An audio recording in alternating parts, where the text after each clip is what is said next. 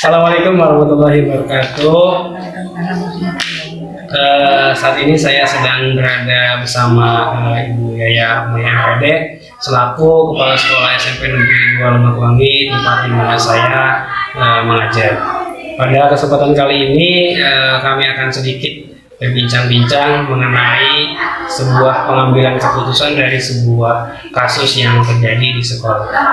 Untuk itu langsung saja kita mulai perbincangan kita kali ini. Baik Ibu, selamat pagi. Mohon izin minta waktunya sebentar. Terima kasih sudah menyempatkan waktu. Saya ingin sedikit berbincang mengenai sebuah kasus yang mengharuskan Ibu mengambil sebuah keputusan.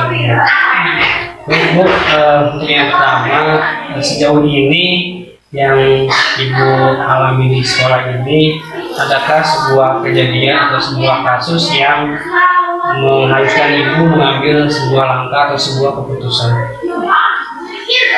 Baik, jadi pelajaran baru kita kedatangan siswa pindahan dari sekolah baru. Awalnya anak ini berjalan dengan biasa normal, tapi beberapa minggu kemudian tidak sampai 1 bulan ternyata baru ketahuan bahwa anak ini menjadi masalah di kelasnya. Dia tidak hanya mengganggu anak-anak perempuan, dia juga sering tidak bisa belajar. Yang jelas anak ini bermasalah. Mungkin karena itu dia pindah dari sekolah dia ke sekolah kita. Sampai suatu saat kita kedatangan banyak siswa yang merasa si anak ini sudah mengancam anak-anak mereka.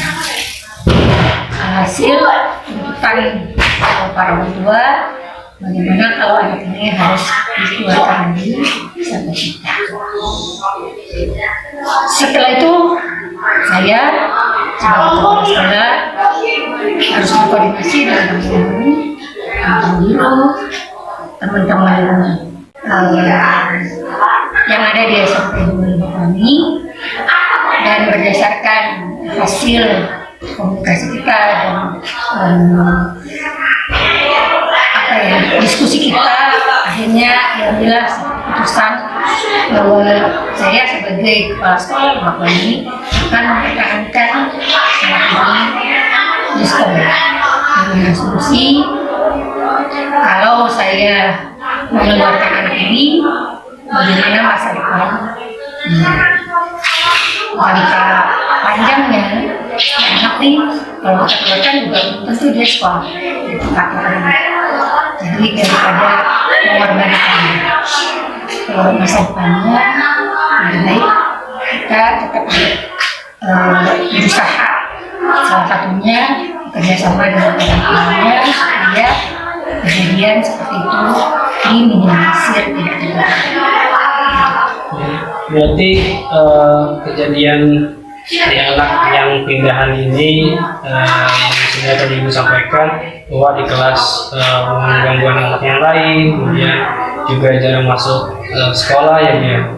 Nah lalu tadi kan Ibu juga sampaikan bahwa akhirnya Ibu membuat sebuah keputusan bahwa tetap mempertahankan si anak ini agar tetap sekolah di sini. Nah, di antara pilihan Ibu yang mengharuskan tadi Ibu membuat keputusan bahwa tetap mempertahankan anak ini, apakah Ibu ada pertimbangan? Maksudnya pertimbangan ini, kenapa Ibu melakukan ini, kemudian yang Ibu lakukan ini adalah benar, apakah bertentangan gitu dengan nilai-nilai yang lain? Jadi itu saya dan teman-teman dengan prinsip yang pertama, ini memang dilema antara kepentingan individu sekolah dengan kepentingan anak-anak sekolah,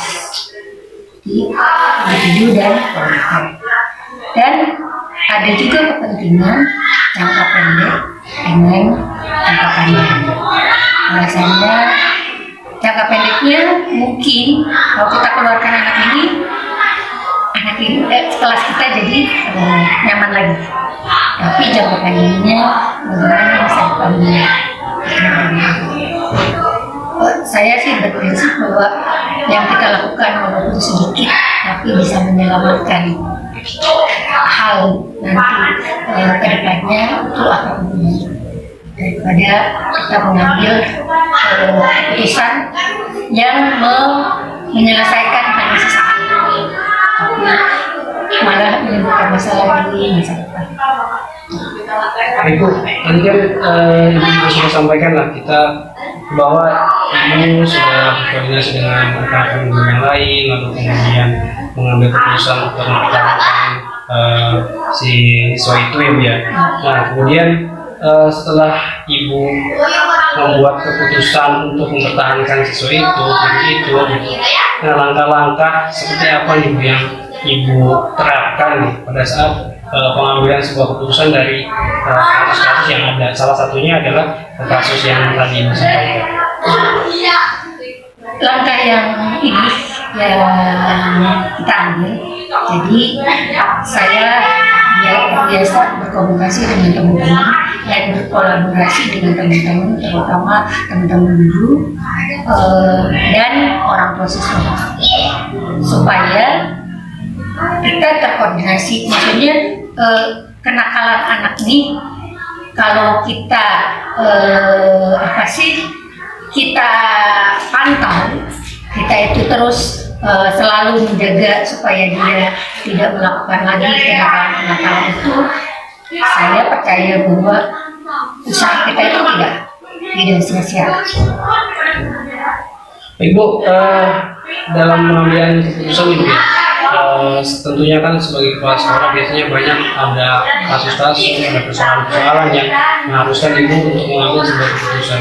Nah biasanya kalau Ibu mengambil sebuah keputusan itu tantangan terbesarnya atau hambatan lah, apa sih hambatan yang Ibu temui dalam mengambil sebuah keputusan? Kalau saja masalah atau problem itu berbentuk bukan modal, mungkin agak lebih lemah kita itu, karena kan satu salah sudah ketahuan salah ya kita jangan ambil. Tapi yang jadi masalah adalah ketika itu berhubungan dengan dilema itu kan, seperti misalkan yang terjadi di SMP di kami karena kelasnya kecil, alhasil kita harus memutuskan banyak guru bangun di sekolah kita. Sementara kondisinya mereka sudah lama mengadu di sini, terus mereka juga punya tanggungan, kita juga tahu. Terus mereka juga teman-teman kita yang kita juga harus memikirkan di depannya dulu kalau kita putuskan untuk tidak lagi mengambil di barang-barang sama kita dia seperti Jokowi, dia seperti apa? Ibu, Ibu ada faktor yang bisa membuat Ibu atau menguatkan Ibu lah atau mendukung Ibu dalam pengambilan keputusan dalam sebuah kasus? Kalau saya sih ada 4 faktor ya. Yang pertama, keadilan yang harus tetap kita lakukan. Yang kedua, pertimbangan masyarakat. Yang ketiga, kemaslahatan bersama. Dan yang terakhir, rasa kasih sayang. Baik Ibu, biasanya nih Bu, kalau Ibu menyelesaikan sebuah kasus atau mengambil sebuah keputusan terkait suatu kasus permasalahan, ada jadwal tertentu atau apakah Ibu bisa langsung selesaikan pada saat itu juga atau seperti apa? Tergantung kasusnya. Kalau kasusnya memerlukan pemikiran yang luar biasa atau tindakan yang melakukan kebijakan yang luar biasa, maka saya harus berkoordinasi dengan teman-teman, terutama teman-teman guru karena yang berhubungan langsung dengan jarang kasus yang begitu menguras emosi saya selesaikan dengan cepat. Kebanyakan harus saya pikirkan matang-matang supaya kebijakan yang saya ambil tidak merugikan orang lain. Ini untuk pertanyaan terakhir ya dari saya, dari semua hal yang sudah diungkapkan tadi, dari sekian pengambilan keputusan yang telah Ibu lakukan, nah apa yang bisa Ibu dapatkan dari pengambilan keputusan yang telah Ibu lakukan? Kalau saya bisa ambil itu bahwa semua hal pasti ada masalah. Kalau tidak ada masalah, kalau tidak ada tantangannya, nggak hidup. Begitu juga dengan kita yang di SMP. Cuma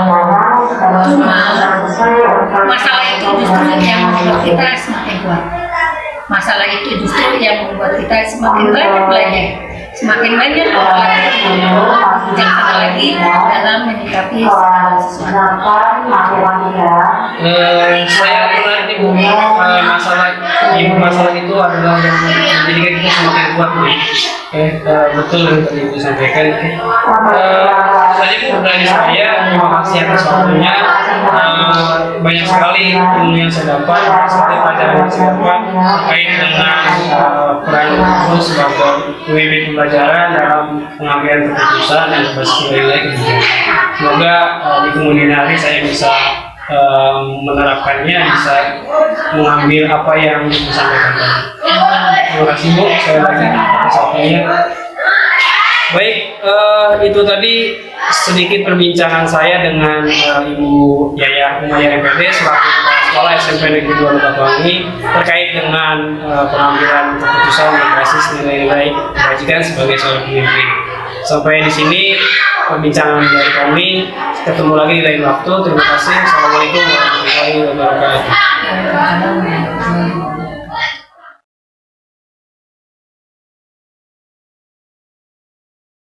Bismillahirrahmanirrahim. Assalamualaikum warahmatullahi wabarakatuh.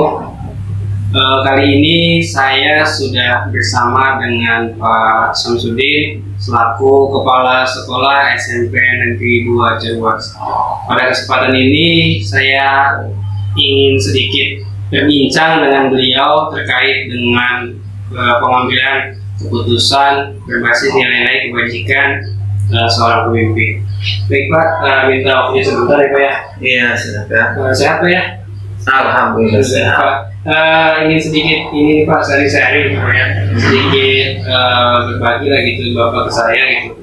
Pak terkait dengan pengambilan sebuah keputusan nih Pak di sekolah Bapak. Tentunya kan pasti di dalam sebuah sekolah pasti ada sebuah kasus, sebuah kejadian yang mengharuskan Bapak untuk mengambil sebuah keputusan yang baik. Iya.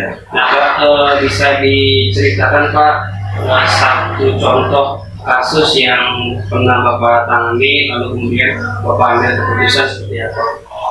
Baik ya, terima kasih atas kedatangan Polri dalam rangka berbagi tentang permasalahan sekolah terkait dengan pengambilan keputusan ya,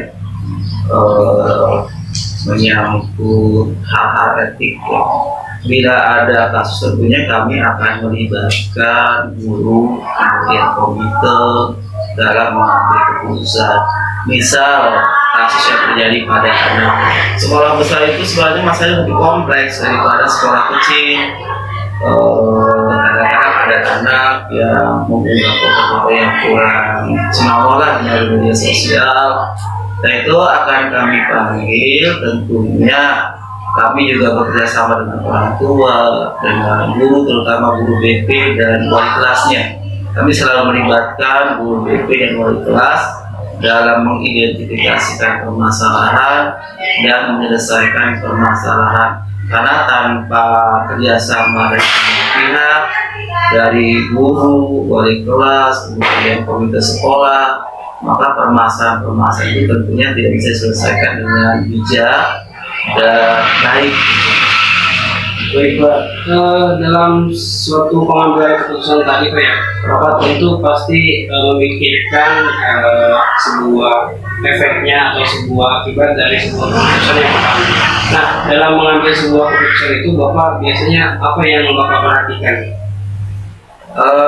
Kalau misalnya terkait dengan siswa, tentunya kami juga memberikan dampaknya bagi siswa dalam berbagai permasalahan yang kami hadapi. Tetap kami mengedepankan masa depan siswa dalam mengambil keputusan, walaupun siswa itu terkadang ada yang melanggar kesepakatan yang dibuat di kelas, kesepakatan yang dibuat di sekolah atau tata tertib. Kami tetap memperhatikan dampak-dampak bagi siswa dan secara psikologis juga kami perhatikan. Demikian juga dengan kasus-kasus guru ya, kadang-kadang ada beberapa guru yang kurang disiplin, kemudian ada yang kesiangan. Tetap kami persuasif dalam dalam menyelesaikan permasalahan mereka, tidak menjustis begitu saja. Kami minta masukan-masukan apakah masalah dari siswa. Tetap kami mengorek latar belakang siswa, latar belakang guru, baru kami bisa menentukan urusan apa yang bisa kami sampaikan. Tentunya berdasarkan masukan dari teman-teman guru semuanya. Jadi dapat masukan dari guru yang lain. Iya, terutama dari wali kelas dan BP kalau menyangkut siswa. Bapak, kaitannya dengan masalah atau kasus siswa atau guru nih Pak ya. Nah, jika kasus tersebut nih Pak berkaitan dengan sebuah sebuah keadaan yang mengandung unsur benar gitu ya Pak ya. Benar, kedua-duanya benar. Bapak melakukan ini juga benar, Bapak melakukan itu juga benar. Nah, ketika Bapak dihadapkan dengan sebuah situasi seperti itu, maka keputusan akhir apa yang Bapak ambil? Tentunya keputusan akhir itu tidak memiliki dampak yang negatif bagi siswa ya. Artinya walaupun misalnya ada siswa yang benar-benar melanggar kesepakatan sekolah, melakukan tindakan yang tidak bisa ditolerir, tetap kami mengedepankan masa depan anak ya. Artinya dalam hal-hal seperti itu kami tidak mendeko anak. Paling kami sarankan untuk pindah sekolah misalnya. Tetap masa depan anak kami perhatikan.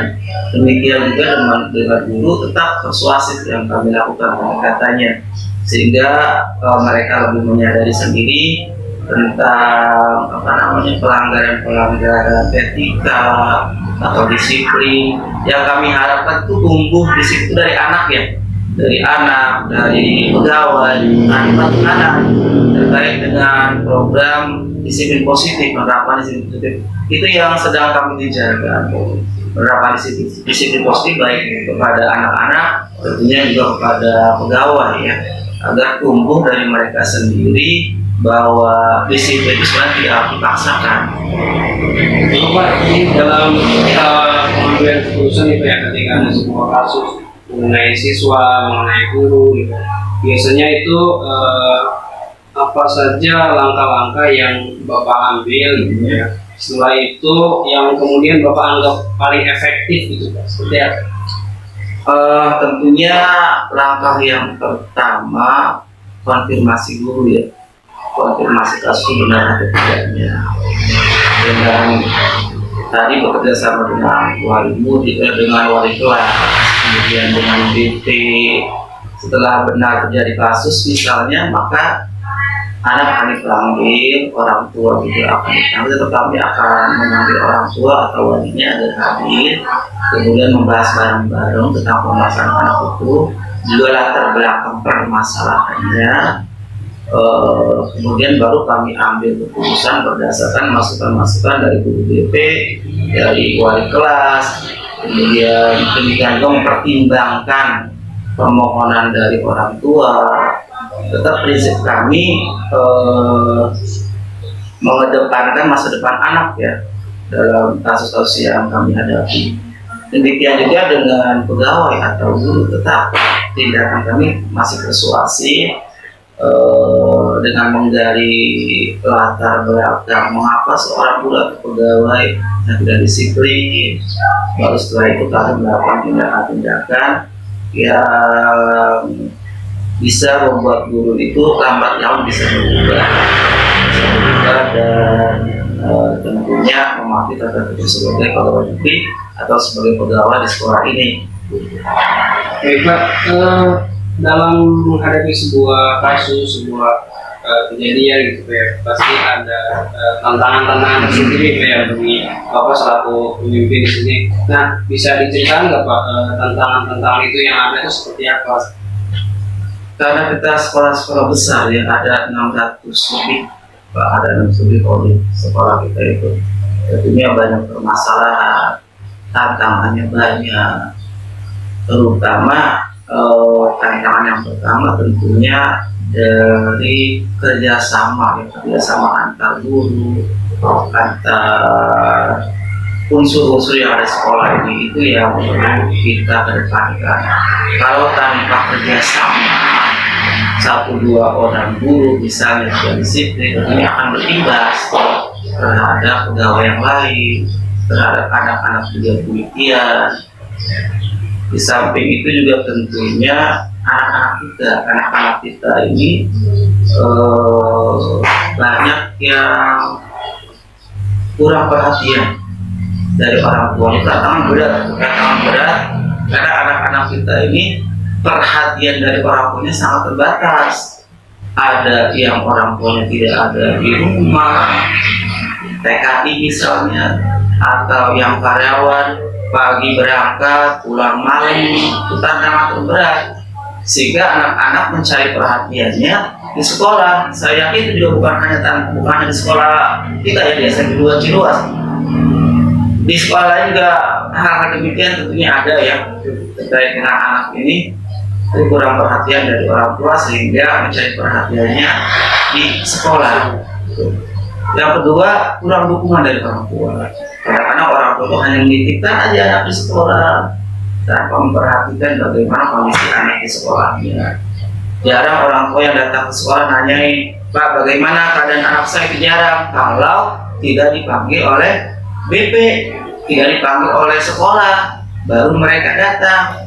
Yang kedua, kadang-kadang ada orang tua yang dipanggil juga nggak datang dengan alasan misalnya mereka kerja dari pagi sampai malam, mereka tidak dapat izin cuti untuk datang ke sekolah, atau yang orang tuanya nggak ada di rumah, ya ibunya nggak ada di rumah, bapaknya juga nggak ada di rumah, ibunya sama kakek neneknya yang sudah keluar renta. Itu yang tantangan yang ada di sekolah. Karena sekolah besar juga berarti tantangannya semakin besar Pak ya? Semakin besar. Tapi saya dengar tadi di sini Bapak tadi menyebutkan bahwa di sini ada guru BP ya Pak ya? Nah, berarti dalam dalam mengambil sebuah keputusan itu berarti Bapak menunggu dari guru BP dulu apa seperti apa Pak? Ya tentunya masukan dari guru BP itu kami pertimbangkan. Dan mereka punya catatan, di sini ada dua orang bukan PNS ya, asal atau honorer, tapi mereka kerjanya sangat maksimal. Mereka punya catatan kasus-kasus yang dilakukan oleh anak. Berdasarkan kasus itulah maka kita melakukan tindakan. Wali kelas juga memiliki peranan yang sangat besar karena setiap bulan saya selalu menghimbau kepada bapak wali kelas untuk membuat catatan-catatan anak-anak setiap hari, setiap bulan direkap berapa orang yang tidak hadir. Di sini tingkat tidak hadirnya masih cukup lumayan anak-anak kita itu. Berdasarkan catatan itulah nanti dilakukan tindakan, dipanggil anaknya, dipanggil orang tuanya. Kalau orang tuanya nggak datang, maka guru BP dan wali kelas datang ke rumahnya atau home visit. Itu yang kami lakukan selama ini. Alhamdulillah efektif lah, artinya bisa mengurangi tingkat ketidakhadiran anak, tingkat penyimpangan sosial anak. Besok juga kami akan melakukan parenting di setiap kelas ya, berbarengan dengan pembagian raport semester ganjil, raport tengah semester ganjil itu akan kami bagikan. Di setiap kelas nanti ada parenting terkait dengan kerjasama antara sekolah dan orang tua, kemudian bagaimana orang tua menyikapi penggunaan HP agar bijak, penggunaan media sosial agar bijak, agar orang tua lebih care terhadap anak-anaknya. Itu salah satu cara untuk meningkatkan kerjasama antara orang tua dengan sekolah ya. Kami juga menghimbau agar di setiap wali kelas ada grup kelas dan ada grup orang tua siswa untuk mengefektifkan komunikasi antara orang tua dengan wali kelasnya. Selanjutnya nih Pak, terkait dengan sebuah kasus yang berkaitan dengan hukum nih Pak ya. Misalkan guru atau enggak pegawai atau gurunya. Misalkan jika pernah gitu Pak ya, seperti apa penanganannya, apakah kita mengikuti aturan sesuai dengan yang berlaku, apakah kita melalui pendekatan persuasi keluargaan atau seperti apa kaitannya. Jika sudah pernah jadi bisa Bapak sampaikan, atau mungkin jika belum terjadi Bapak bisa membuat sebuah rencana seperti apa. Di sekolah kan sudah ada tim anti bullying ya, anti kekerasan anak ya, itu sudah ada timnya, walaupun memang belum berjalan secara efektif banget ya. Tapi itu tetap kami lakukan sebagai tindakan preventif. Kalau yang terkait dengan hukum, sebenarnya kalau kejadian di lingkungan sekolah belum ada. Cuma memang kadang-kadang kejadiannya itu di luar lingkungan sekolah. Misalnya anak berantem, tapi berantemnya di luar lingkungan sekolah. Dua orang tuanya kesini misalnya, atau ada yang diselesaikan di tingkat desa, tetap kami memiliki peranan ya, walaupun diselesaikan di tingkat desa. Tapi kalau panggil orang tuanya, pertama sih kami usahakan agar diselesaikan kekeluargaan ya. Kalau memang itu tidak berakibat fatal terhadap si korban ya, hanya sekedar biasa-biasa aja, nah usahakan untuk kekeluargaan dulu, dipanggil kedua orang tuanya diselesaikan secara baik-baik. Kalau memang tidak bisa, ya kami menyerahkan ke pihak yang berwajib. Silakan tempuh jalur hukum. Tetap sekolah mendampingi selama itu dibutuhkan. Gitu. Baik seperti itu penyelesaiannya. Tetap melibatkan PP, wali kelas, orang tua, komite sekolah, pihak desa juga dilibatkan kalau itu menyangkut hukum. Kalau tidak bisa diselesaikan di tingkat sekolah, maka kami anjurkan untuk diselesaikan di yang berwajib bisa. Jadi secara kekeluargaan dulu ya Pak ya, makanya kemudian tetap tadi juga sampaikan bahwa keputusan yang sekolah ambil itu kita melihatnya masa depan masa depan anak. Memang pernah kejadian ada yang melaporkan ya, itu ada namanya duel di luar sekolah hari Minggu, diselesaikan di tingkat desa, sudah diselesaikan, tapi tetap kami panggil orang tuanya. Kami panggil orang tuanya, berembuk. Kalau diselesaikan di tingkat desa, kalau mau silakan kami audisi ya, kami kayaknya diselesaikan di tingkat desa. Di sekolah juga anaknya saya sekolah selama 1 minggu itu. Tapi tetap anaknya tetap bersekolah, akhirnya tidak dari sekolah. Enggak dikeluarkan anaknya, cuma kami sekolah doang selama 3 hari doang sebagai perhatian aja. Dan itu anak sekolah kembali. Ini ya, berarti tetap mengedepankan masa depan anak. Pak, selanjutnya nih Pak, kalau misalkan ada sebuah kasus kejadian di sekolah yang melibatkan siswa atau kasus guru gitu Pak ya, misalkan pegawai gitu. Misalkan ada jadwal tertentu nggak sih Pak, pihak sekolah itu dalam menyelesaikannya gitu, misalkan terjadwal atau tidak, ataukah pada saat itu saja, misalkan kejadian A pada saat jam istirahat misalkan atau pada saat jam pulang, nah diselesaikan itu ada dijadwalkan tertentu atau pada saat itu?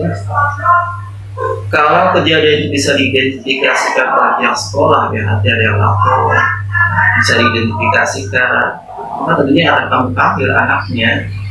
Kami panggil, kemudian tetap kami tidak lanjuti, tidak hanya diselesaikan pada saat itu, tetap kami tidak lanjuti dengan melibatkan orang tua. Misalnya ada anak yang berkelahi misalnya, atau ada anak yang terkena kasus bullying, ya perundungan, dan itu bisa diidentifikasikan, akan kami panggil anaknya melalui BP, kemudian besok harinya dijadwalkan untuk bertemu dengan orang tuanya. Dua-duanya akan kami panggil. Kalau melibatkan 2 orang, kalau misalnya lebih juga akan kami panggil.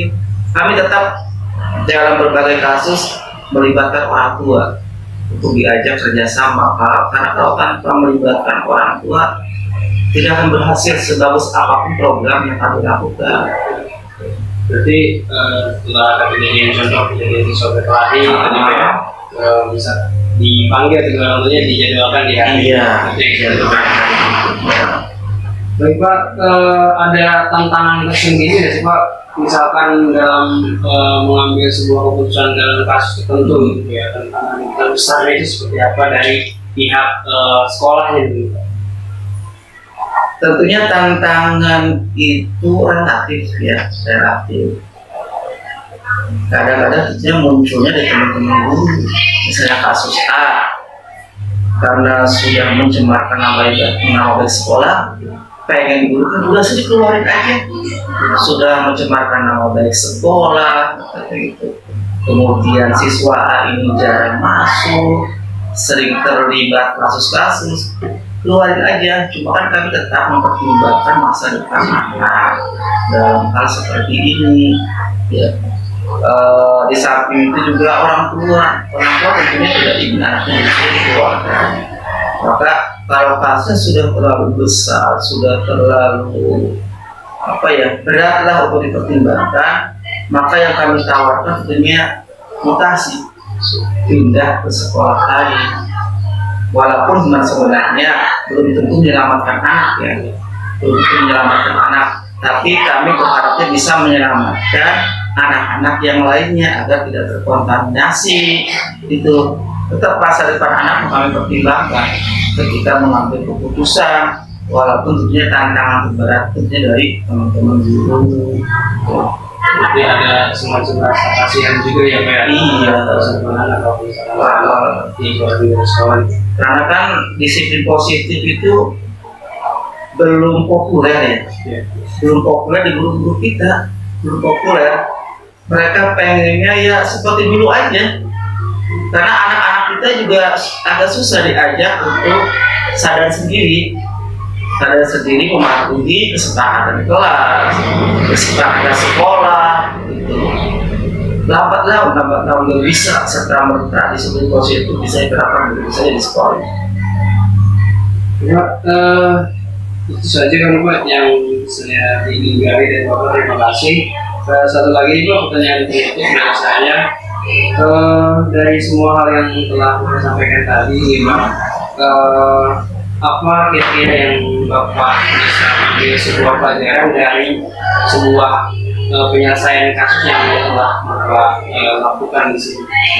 Pertama, tentunya identifikasi permasalahan ya. Kalau kita tidak mengidentifikasi dengan baik kan belum tentu kasus bisa diselesaikan. Setelah diidentifikasi, yang kedua kerjasama antara BP, kemudian wali kelas, guru mata pelajaran yang lain, dan tentunya orang tua siswa. Ya.